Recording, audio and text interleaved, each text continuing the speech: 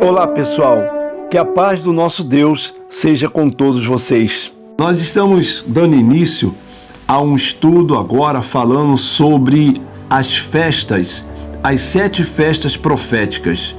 Nesse estudo nós vamos nos ater apenas a entender o significado das festas. No próximo vídeo nós vamos falar a respeito do sentido profético dessas festas, os cumprimentos dessa festa, porque Jesus ele cumpriu 4 dessas festas, faltam 3, nós vamos ver no outro vídeo. Mas vamos então agora entender as festas lá em Levítico 23. E se inscreva no canal, dê o seu like e ative o sininho.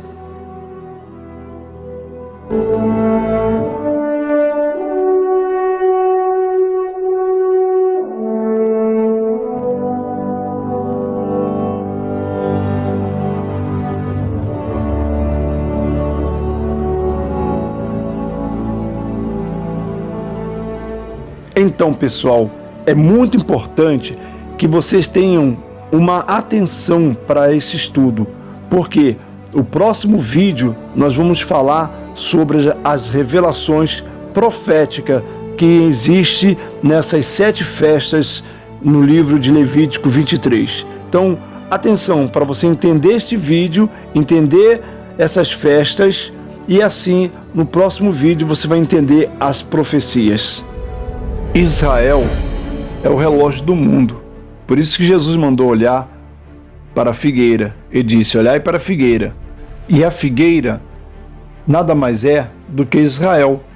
Vamos falar nesse vídeo sobre as festas judaicas.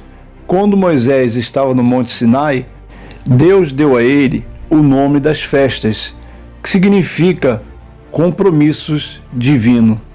Vamos falar das 7 festas e das suas ordens. A primeira festa é a Páscoa. A Páscoa é a festa que marca o início do calendário bíblico em Israel e determina a data de todas as outras festas no calendário bíblico.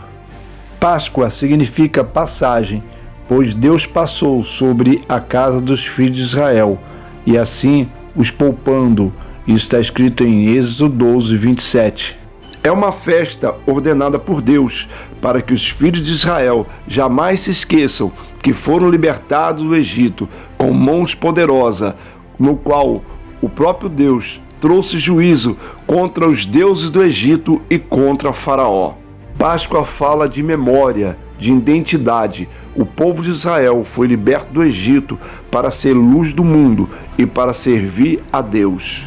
Páscoa é uma festa instituída para que o povo de Israel jamais se esquecesse que foi Deus que os libertou do Egito. Vamos falar agora da festa dos pães asmos. E no primeiro dia da festa dos pães asmos, no sacrifício pascual, disseram seus discípulos: onde queres que façamos os preparativos para que comamos a Páscoa?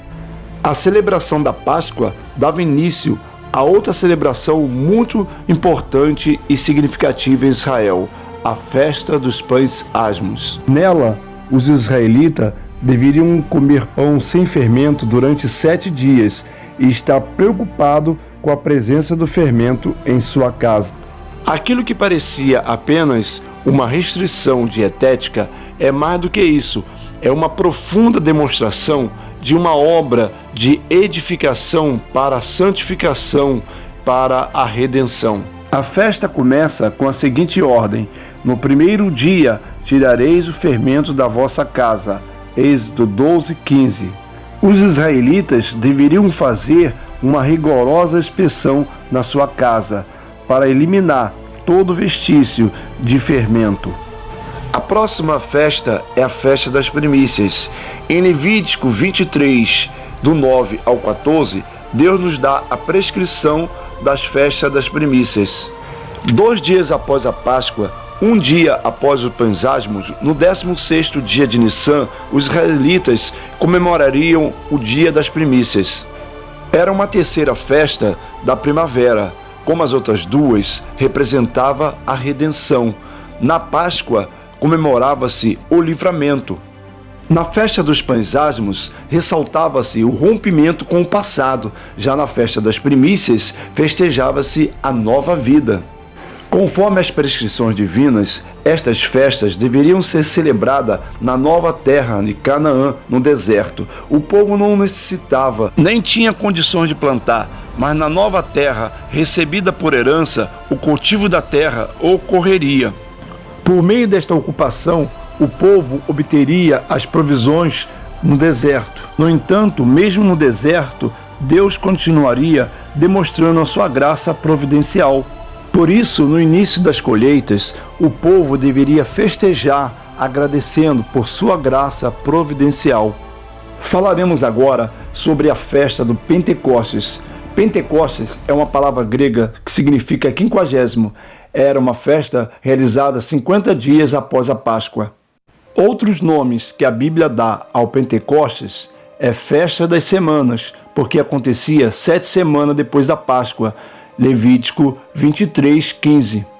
Festa da colheita dos primeiros frutos, porque dava-se início às colheitas desse ano, Números 28:26. A festa de Pentecostes era um agradecimento pelo alimento fornecido por Deus. Acontecia no fim da primeira colheita do ano e o povo apresentava uma porção a Deus. O Pentecostes era uma grande celebração que todos os judeus deveriam atender em Israel. Deus escolheu o primeiro Pentecostes depois da ressurreição de Cristo para derramar o Espírito Santo sobre 120 crentes, Atos 1:15. E cumprindo-se o dia de Pentecostes, estavam todos concordantemente no mesmo lugar. E de repente veio do céu um som como de um vento veemente e impetuoso, e encheu toda a casa em que estavam assentados.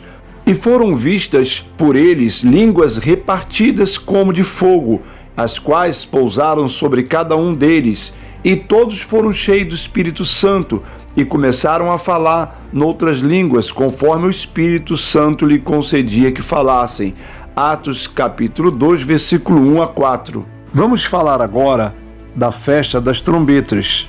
O significado histórico do toque das trombetas eram múltiplos, variados, conforme disse Moisés no livro de Números. A tradição judaica diz que o toque das trombetas traz confusão para Satanás, e isso é uma realidade porque o toque das trombetas, ele anuncia a vinda de nosso Senhor Jesus Cristo, e é um anúncio da vinda do reino de Cristo, aguardado tanto como por judeus como por cristãos.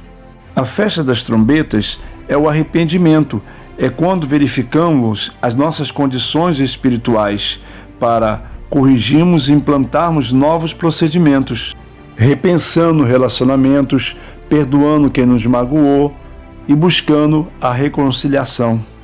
Nesse dia, Deus é coroado como o Rei soberano da criação, é reconhecido como o Deus do universo.